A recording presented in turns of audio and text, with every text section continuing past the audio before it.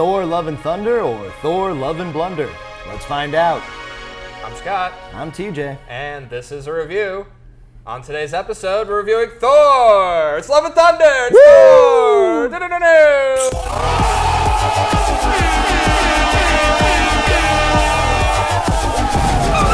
It's the fourth Thor movie, the fourth movie.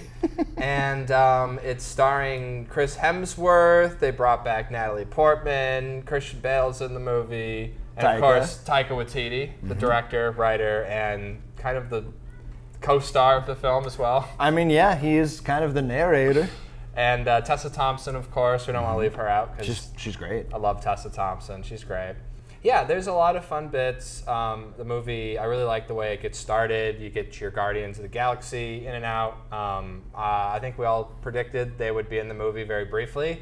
It's a montage, essentially, and they're out of there. But it's fun for the minute you get them. I wouldn't have minded them coming back in Act 3. No, I mean, it does set up, they need a team. Yeah. And they don't, it does set up for them to come back. And they're going to help people that are being affected by Gorr the God Butcher. So yeah. It kind of feels like they're working the same mission from different angles, but... It's fun, but it feels like very first drafty. You know what I mean? I think that's fair. I have now, full disclosure, seen it twice. And the second time I saw it, I really was able to watch it and go, this is just a live-action Saturday morning cartoon. That's what it is to me. I mean, it has very kind of like slapsticky moments. It's very fast-paced. It kind of doesn't treat emotion like Thor Ragnarok did or other films where you kind of can live in scenes. I didn't feel like we were ever in a scene very long. And the only time we're in a scene for a long time, it's kind of the emotion scene, and it feels out of place because of how the rest of the movie was paced. I think the problem with that is there's two different movies here. You've got the Gorr the God Butcher movie, which could be interesting on its own, but then you've also got the reintroduction to Natalie Portman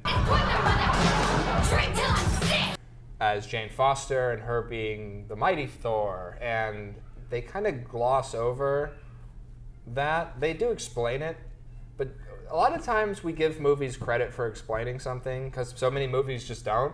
Just because they explain it doesn't mean that it's explained well.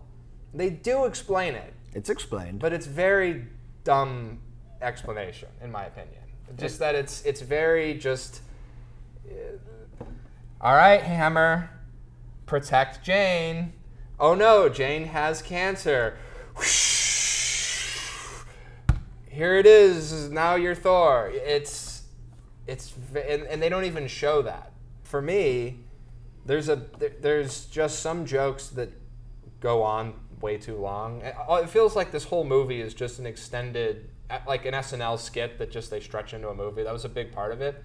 But like a big part of it is the Hammer and Thor having like an affair and how Thor is like dating Stormbreaker and how he's like the hammer, the axe is jealous of the hammer. The weapon gets a little jealous is kind of, yeah. It's funny. It's a funny bit. It's a good bit. I laughed. Go to Daddy.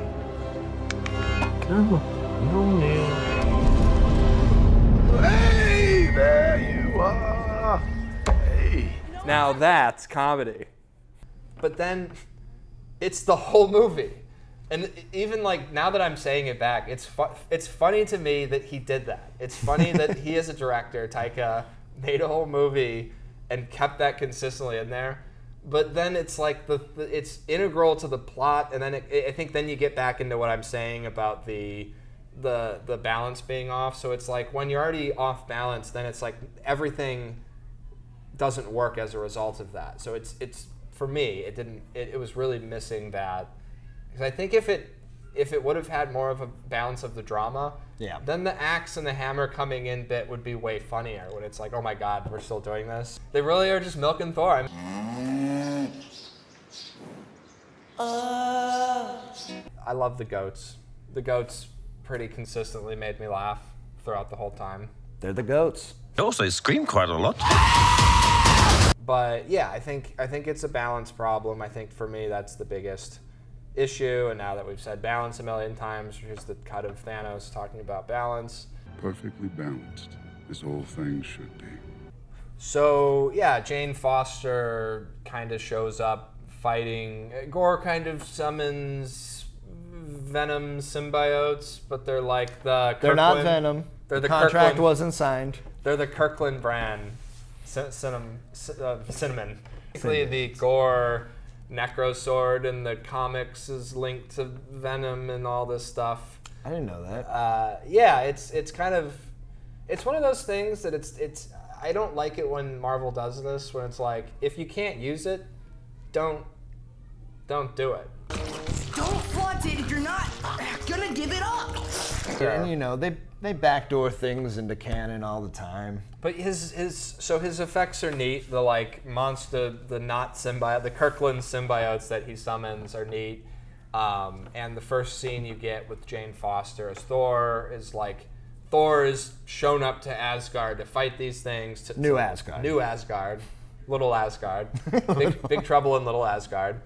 And she's also there fighting with them because she was there getting the hammer pieces of Thor. Yeah, it called to her. Mjolnir?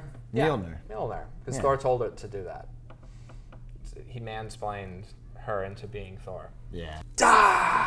Does that, and then the pieces of it all, they all like sprinkle apart. It's awesome. It's like, we'll cut in a clip of, they're like projectiles.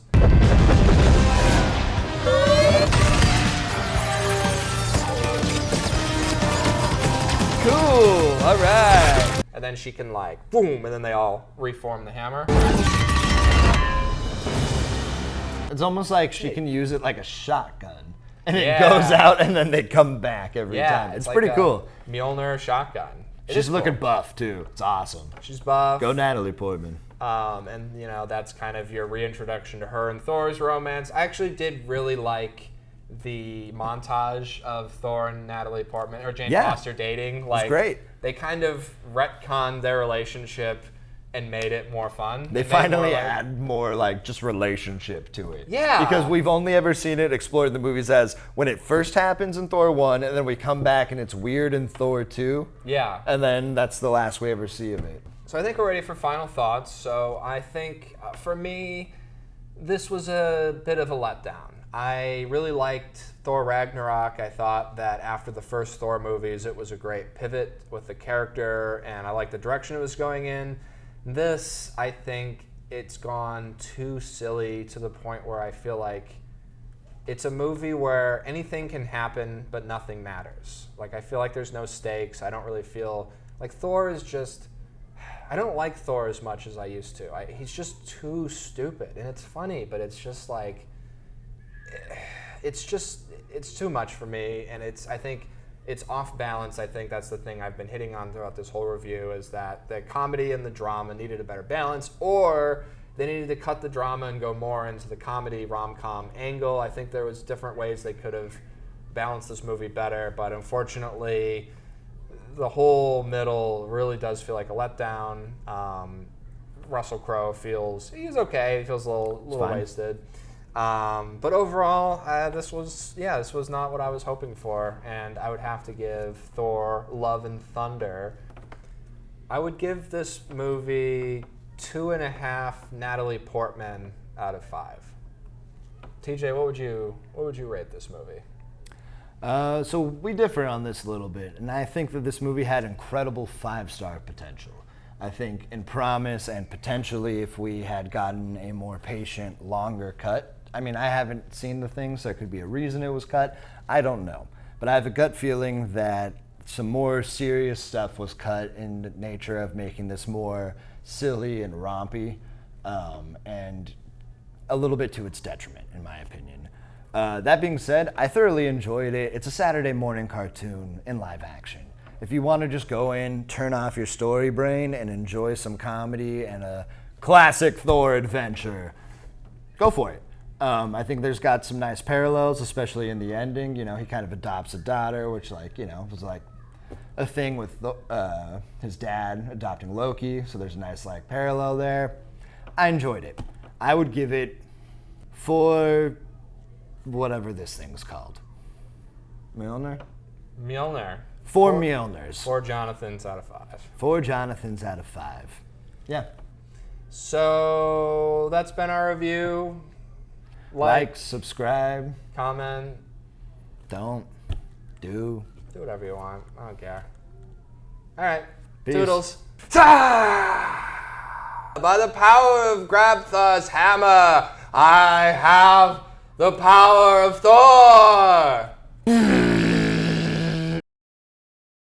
A classic Thor adventure. He goes. He's He knows about the orgy. They're going to the origin. Yeah, Duh. of course. Herogasm. I mean, Godgasm. The 70th anniversary of Herogasm? Me.